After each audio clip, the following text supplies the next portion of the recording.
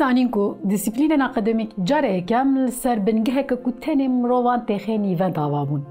جزانستن وک سیاست، فلسفه، حقوق، سوسیولوژی و بدهان زانستن جواکی پشت خودان خوزای و بوی عوایجی قادا زانستن جواکی تنی خستن وک قادا مروان.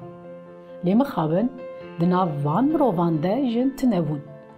او هشمندیا کو ده 100 سالین 16 و 17 ده قاشو شورش زانستی آوا کرن او یک جی لسر هشمندیا آریستوتلسی یونانی یکویجن وک به عقل پیناسته دکر آوا کرن. لگور وان زانستان تنه میر با عقل بون و تنه میر دکاری بون تولی سیاست، حقوق، فلسفه و وان قادندن ببن. بکر تو کرمانجی زانستین جواکی خوال سر فکری باوک سالاریه آوا کرن. ایروژی او نزیکاتی بردوام دکن. tam دوی خالده و الهمبری وی هشمندیا سردست یا که ده هر بیاوی ده جن تونه حسپاندیه فکر و پیشنیاریا جنولوژیه جالی ربری پککی عبدالله öcalan و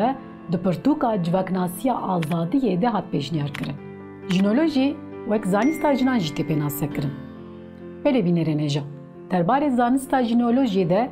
ام به ادیتورا کوبارا جینولوژی به پارێزەر سوزانا کی پایرا خوی. جینولوژی د جهن کو فکر و رمان جنان هبونا جنان هاتیه تنکرین ده دوباره فکرین وام به جهدکه. جینولوژی دیسیپلین اکادمیک یین وک سوسیولوژی، آنتروپولوژی، دیروک، فلسفه، آرکئولوژی، فیلولوژی، آبوری و هر وکی دین جنو و شیرو ودکه. جینولوژی تیگه که به کردیه و تی واتیا زانستا جنه. هر وها زانستا جانه که آزاد براستی گفت که میزه دکن د دیروکا دستهلاتدار د زانستا دستهلاتدار ده جن به آوای تنیه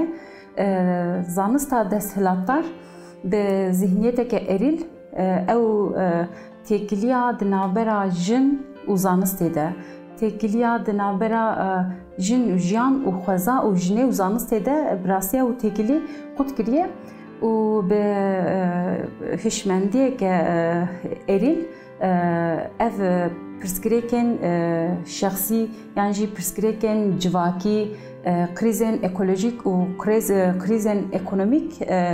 قرقرنا جنه قتلکرنا جنه استثمارکرنا خوزای و استثمارکرنا جواکی جی براستی اصلا که هری بلنجی آنها زانستا هی د اف پرسکریک د اصلا که هری زیده جی گرتیه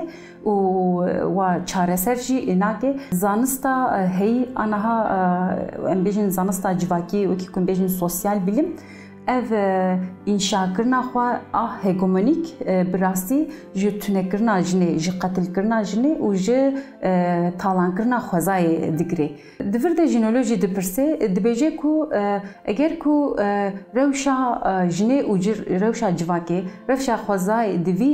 astê de bê ev qas pirsgirêkê jinê pirsgirêkê azadiya jinê pirsgirêkê civakê di vî rewşê de bê wî çaxê azadiya jinê hebûna jinê û azadiya civakê û azadiya xwezayê eçava bibe bi rastî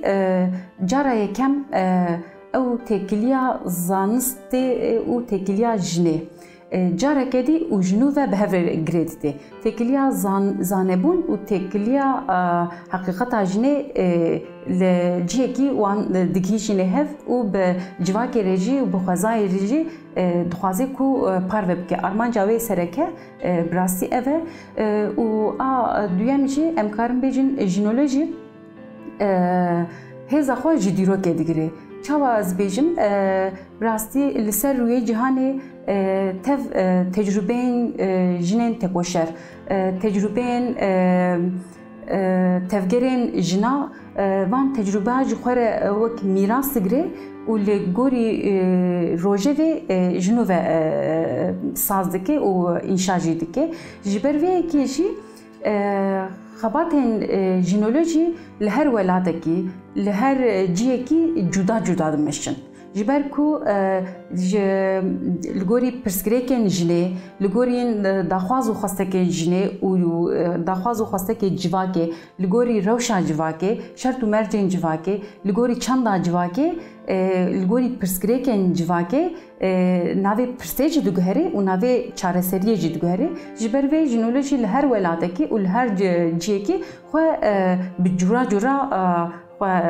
رخصتن جی دکه جنین کرد ایرو دناف شرده و الهمبری پولیتیقایت نحسباندنه تئوریا فکرکی آزاد به هشمندیه که جنانا آوادکن. گاوا کو ام به قلا دیروکا جنه دکن ام تنه قلا کولتیا دیروکا کولتیا جنه ناکن هر وها ام قلا تکوشنا جنه جی دکن بله براستی جن دناف زانسته ده زانستا آنها دهی به دست دستلاتار جیش خورنه دیه یعنی جی ندای جنه لی ام زانن گاوا کو د ناو جیانی دجی و د ناو هر قاده جیانی دجی جن و زانست تکیلیا و پرخورده و شخوا کسک نکاری به تکیلی جا قد که جینولوژی دمک 23 سالا 21 درکتی ارتی براستی گاوا کو ام بیجن 3 سالا 21 ابی 3 سالا جنه ev gotin pir watedara ev tespit jî em karin dibêjin xwejivira digire li Kurdistanê li Tirkiye li Rojhilata Navîn li Avrupayê her tim daxwaz û xwastekê jinê birastî aniha pêşketine û têkoşîna jinê pir jî zêde dibe ev tespîta ku em bêjin 2023 sala 21 bibe 3 sala jinê xwejivira jî digire û ev têkoşîna jinê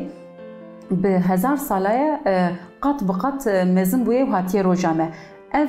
nirxên civakî ku jinê derxistiye ortê têkoşîna jinê tevgera jinê ew nirxên ku derxistiye ortê hewceyê ku bigihîje zanistekê û bigihê zanisteke torîk jî jinolojî demek wî sade jî birastî derketiye ortê em bêjin pirsgirêka zimanê dayîkê pirsgirêka ekolojîk pirsgirêkên ekonomîk pirsgirêkên cuda cuda em van pirsgirêkan ji hev cuda nayê dîtin lê tespîtek wîsa heye ev qas pirsgirêk gelo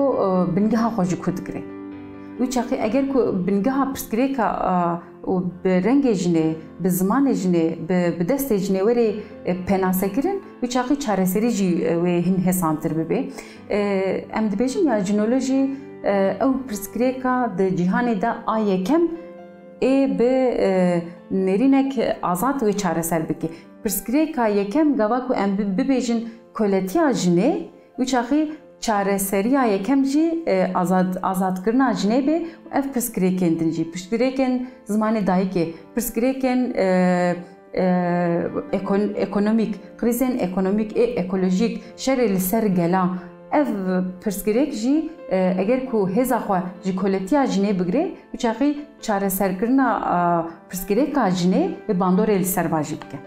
ji çar parçeyên Kurdistanê heta Rojhilata Navîn û Awropa û Amerîkayê bi pêşengiya jinên Kurd niha jinolojî tê nîqaşkirin. Belê bênha bi 1000 salan berê 5000 sal berê zêdetir jî jina li Rojhilata Navîn li Mezopotamyayê bi rengê xwe bi hêza xwe bi destê xwe ew şoreşa neolîtîk hatibû avakirin gava ku em mêze dikin se sala 21 de dîse jinolojî eger ku ji vê axê derketibê ortê wî çaxî em dikarin bêjin jinolojî bi rastî li ser koka xwe şîn dibe lê tenê li ser koka xwe şîn dibe kêm dimîne ji bo jinolojî û armanceke wê din jî heye li ser koka xwe mezin dibe û tev ser rûyê cîhanê li Amerîka, li Rojava, li Avrupayê, li Latin Amerîkayê, li Afganistan, li Arabistan tev jina dixwaze bi nêrîneke azad, bi nêrîneke azadiya jine û demokratîk û ekolojîk ev jin werin cemhev û jiyaneke azad, civakeke azad ji nû ve û careke din bi destê jinê û bi hêza jinê bi rengê jinê werê înşa kirin. Jinolojî me got li her welatekî li her ciyekî cura cura rê û rêbazê wê jî hene. Gava ku em mêze dikin li Amedê, li Stenbol, li Wanê, li Serhedê, li Çukurova, li Enqerê bi rastî jinê ciwan, jinê em rêwan mezin, dayîk yan jî jinê di partiyên siyasî de, jinên di sendîqayê de, jinên xwendekar bi rastî bi her hefte carekê li saziya, li kolana yan jî li ciyekî tên cemhev û li nîqaşê xwe li ser jinolojî didomin. Bi rastî ev heftê carekê gava ku jin tên cemhev li gorî min ev tê vê wa tê jî wekî xwendina pirtûkekê, wekî temaşekirina fîlmekî, wekî xwarin û vexwarinê dibe parçeyekê jiyana jinan jî. Yani ew jinolojî gava ku dibêje heqîqet û zanist wê her tim hebe, yani li cîkî naqedê wê her tim hebe, wî çaxî ev îddia jinolojî xwe di atölyeya de jî ew îddia xwe îcra jî dike, em wêya jî dibînin bi rastî û gava ku ev jin tên cemhev di pêşî de em vêya jî dibînin bi rastî jin û mekan çawa jin û ve têkiliyek çawa biafrînin. Yan jî têkiliya jinê û têkiliya polîtikayên perwerdehiyê wê çawa jin û ve bi rengê jinê û bi destê jinê wê çawa werin înşa kirin. Ev em vantava li atölyeyê jinolojî de dibînin û bi rastî li gorî rojevê jî xebatên xwe û komxebatên xwe cura jî çê dike. Di demek nêz de wekî hûn zanin nîqaşên li ser malbatê tev atölyeyên jinolojî hatin cemhev û du roja li ser nîqaşên malbatê li ser malbatek demokratîk gelo mümkün e anna, yani jî malbatek demokratîk di lêgerîna heqîqetê de rêk çawa ji me re vedike. Li ser va jî me du panel çêkirin, rastî ew hêzek xweşî dame. Belê bînerên hêja ji bîr nekin, bibin aboneyê kanala me, parve bikin, bişopînin û behecbînin.